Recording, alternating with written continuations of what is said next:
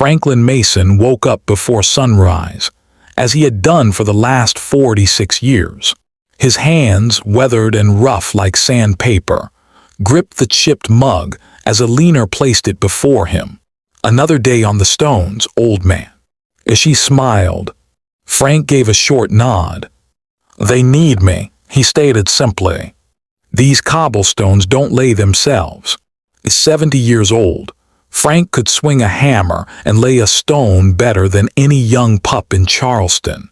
He knew every street in the historic district like the back of his hand. He could tell you which stones had come from the old quarry, which ones had been replaced after the '89 hurricane, and where his lunch pail had been buried on the hottest day of '78. These streets were his life. He made his way to the square, boots clicking against the gray-blue granite, and paused to take in the familiar sight. No tourists had come out, yet to see the city he loved most in the world. He dropped to his knees and ran his calloused hands over the stone. A smile graced his lips as he remembered the day he'd laid that particular cobblestone. It had been the same day his son had been born. The black SUVs pulled up at the square, and men in designer suits stepped out, regarding the old cobblestone streets with disdain. Frank Mason watched from the shadows, his breath hitching in his throat as the silver-haired man stepped up to the front. Sterling Ashford, the billionaire, had been making a name for himself across the South, buying up historic buildings and replacing them with glass monstrosities that reached to the sky. Ashford strode past the square like he owned it, his Italian loafers clicking against the stones with every step. He paid no mind to the fine craftsmanship, only pausing to glance up at the looming wrought iron gates that led to the city hall. "This whole square will come out," he announced to the crew of workers behind him. "We'll be building a 40-story glass tower in its place. History is only good for the dirt it's buried in, gentlemen." Frank stepped up from the shadows.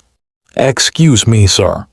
The billionaire turned on his heel, fixing the old man with a bored look. "And you are?" "Frank Mason. I lay every stone in the square, sir. I know this town." Sterling Ashford laughed, a cruel sound that made the old builder's hackles rise. He took a step toward Frank. "You place rocks. I build monuments. Your streets are beneath my feet, literally. Now, if you'll excuse me, I have an excavation to oversee." With that, he turned away from the old man and signaled for his workers to follow him.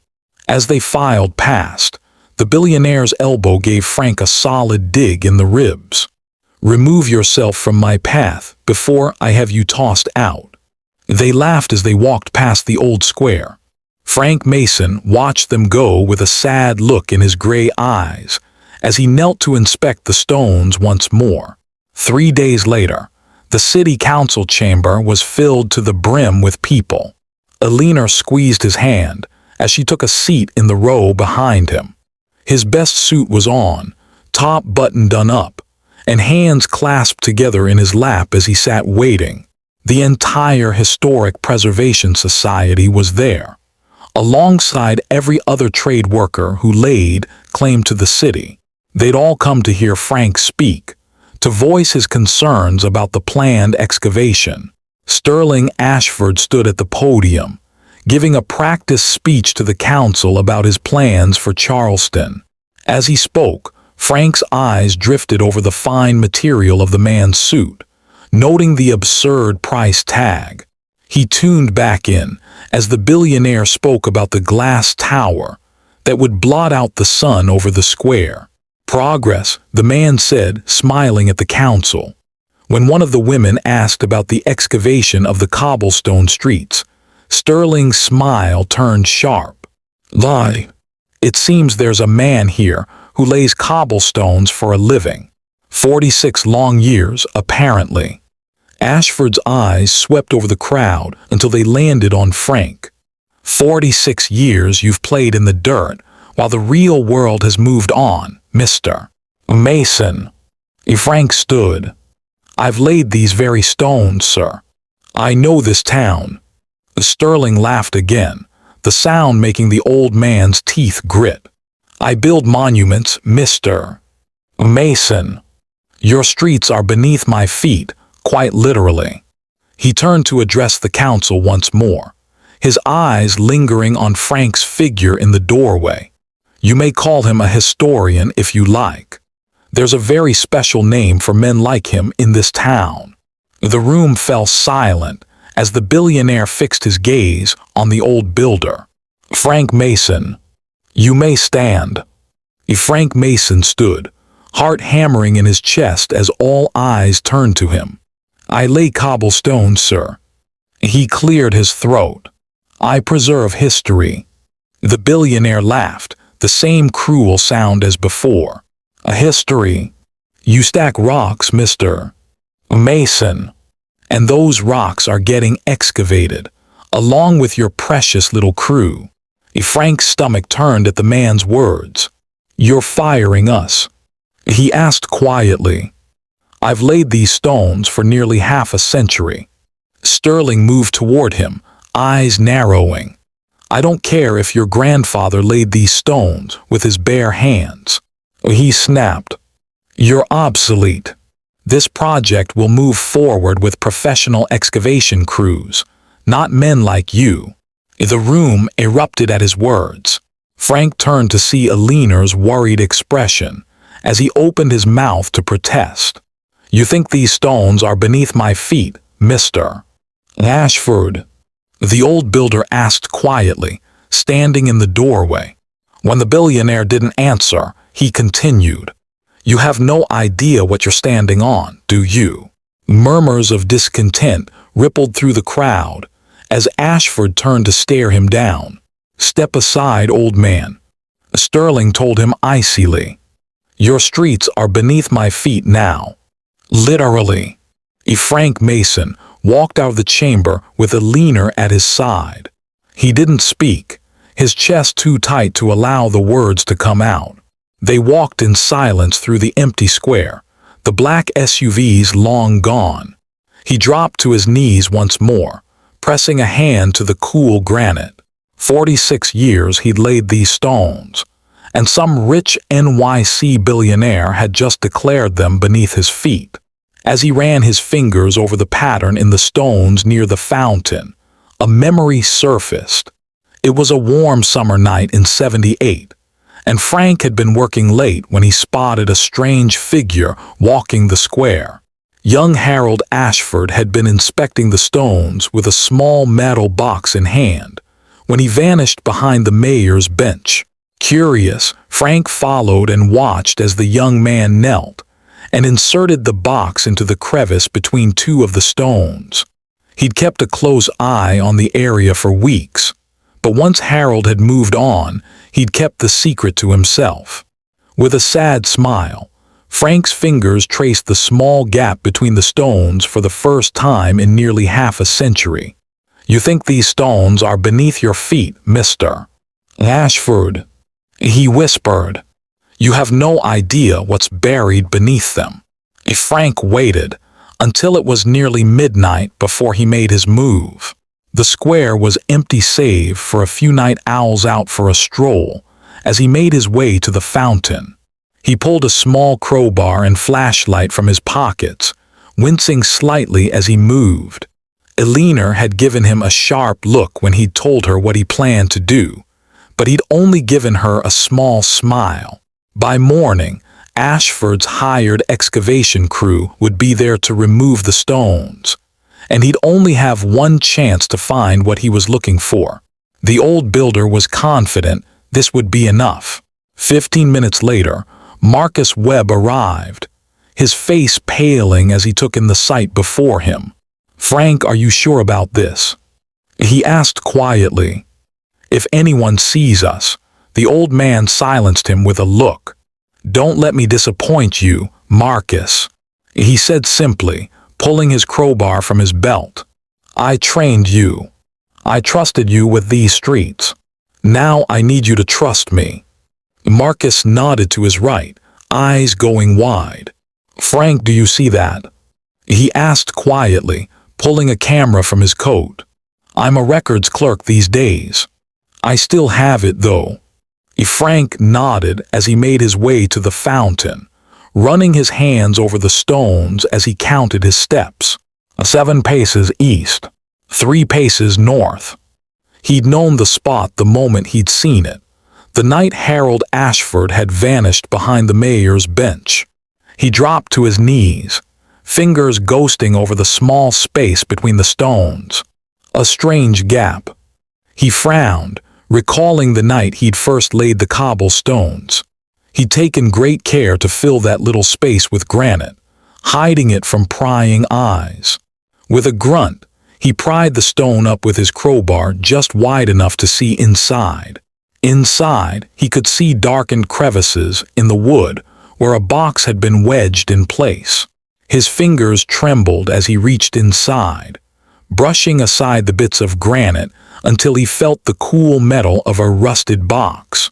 Marcus' flashlight beam landed on the small space as his friend gasped. "What is it, Frank?" he asked, peering into the opening. Frank said nothing as he reached inside, pulling out the box with the crowbar. He dropped to his knees beside Marcus, heart hammering as he pried the lock off with the tool. Inside, he found yellow documents, old photos and signed papers. He looked up at his friend, eyes wide. "Marcus, I need you to take pictures of these." He looked down at the box in his hands, mind whirring as he studied the signed documents. The old man's breath came out in shaky pants as he read Harold Ashford's signature at the bottom of each page. The mayor's name stared back at him from one of the papers, along with several other prominent citizens. "Harold," Frank murmured, his voice barely above a whisper. Harold Ashford was stealing land, stealing it all away from the poor. He looked up at Marcus' stunned expression. "He's been taking advantage of the city for nearly 50 years. The younger man pulled the camera from his coat, snapping a shot of each document as he shook his head. "We need to take this to Mayor Holloway tonight, Frank," he said after a moment. "She'll know what to do." The old builder looked down at the box in his hands. He'd trained Marcus for this moment. He'd placed his trust in the young man, and now it was time for him to do the same. "You know," he said quietly, eyes scanning the documents once more, "people think we're just simple men. We lay rocks for a living." He looked up at Marcus, a small smile touching his lips. "What they don't realize is, we build foundations. We preserve history. Your father's stones have been keeping secrets buried for almost 50 years now, keeping them hidden from prying eyes." He closed the box and tucked it under his arm. Tonight, a poor old cobblestone layer with tired hands and a sharp mind is going to reveal the truth. He looked up at the young man beside him.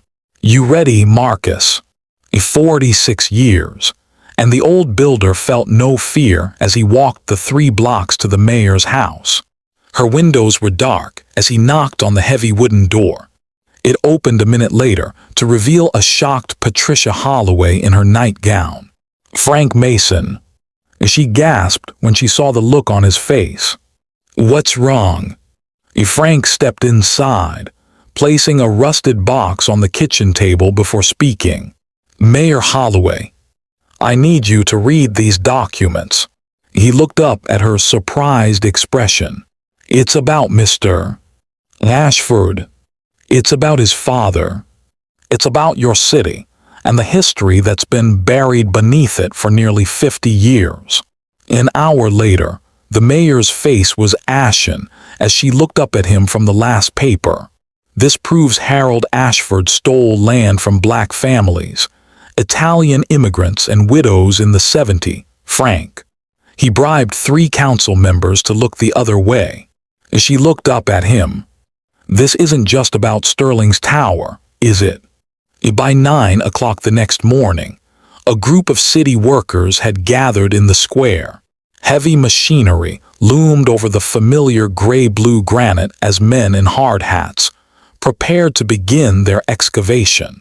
Before workers could even break a sweat, however, a line of police cars pulled up in front of the square. The city council members stood behind Mayor Holloway as she took the megaphone from one of the officers. "Ladies and gentlemen," she announced, her voice carrying over the square, "this excavation will not be happening. Mr. Ashford's permits have been revoked." Murmurs of surprise rippled through the crowd as the billionaire himself stepped from his black SUV. "What is the meaning of this?" he demanded, his face red with fury. "I have permits." Sterling Ashford's hands clenched into fists as the mayor held up the box of documents. "Those permits, Mr. Ashford, were forged by your father. He stole land from hundreds of innocent citizens and paid 3 council members to look the other way." His face went pale. "That's impossible." "That's a fact, Mr. Ashford," the mayor said coolly. "Your father's illegal deeds have been holding you back for nearly 50 years. It seems you've been building on stolen land, quite literally." The billionaire turned to stare at the square in shock. You old fool. What did you do?" He turned back to glare at Frank Mason. "You have no idea what you're meddling with, do you?"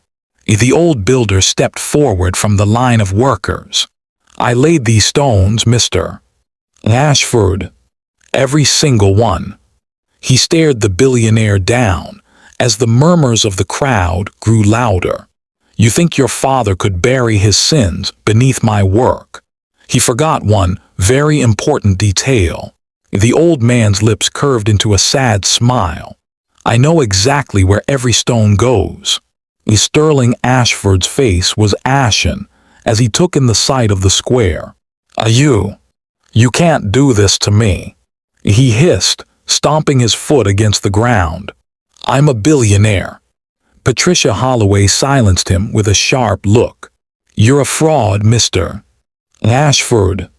You've been building on stolen land for years, and now your precious tower can go straight to hell." She turned to the workers with a determined look on her face. "Let's get to digging, shall we?" Later that night, Frank looked out over the square to where the workers were inspecting each stone. Marcus Webb stood beside him, snapping a few more pictures before turning to his old mentor. "What happens now, Frank?" he asked. The old man smiled, his fingers tracing the stones before him. Now these stones stay where they belong." He looked up at the young man. "And so do we." The city council put up a sign the next evening, thanking Frank Mason for his service to the city. He barely acknowledged it, focusing instead on the familiar feel of the granite beneath his hands. Eleanor and Marcus were by his side as he stood in the square, gazing out over the city he loved. "What happens now?" "Now," Frank repeated softly. "Now we remember, son." His lips curled into a smile as he looked upon the square. "You see the truth in all of this, don't you? This is what we do, Marcus. We preserve history. These very stones have been keeping secrets hidden for nearly 50 years." He turned to look at his old friend. "Tonight, a poor old cobblestone layer with rough hands and a keen mind has dug up the truth and ended a 50-year curse. Some billionaire really thought he could walk all over my city with his fancy boots, didn't he?" He chuckled at the memory. "Well, I hope you enjoyed that, Sterling Ashford.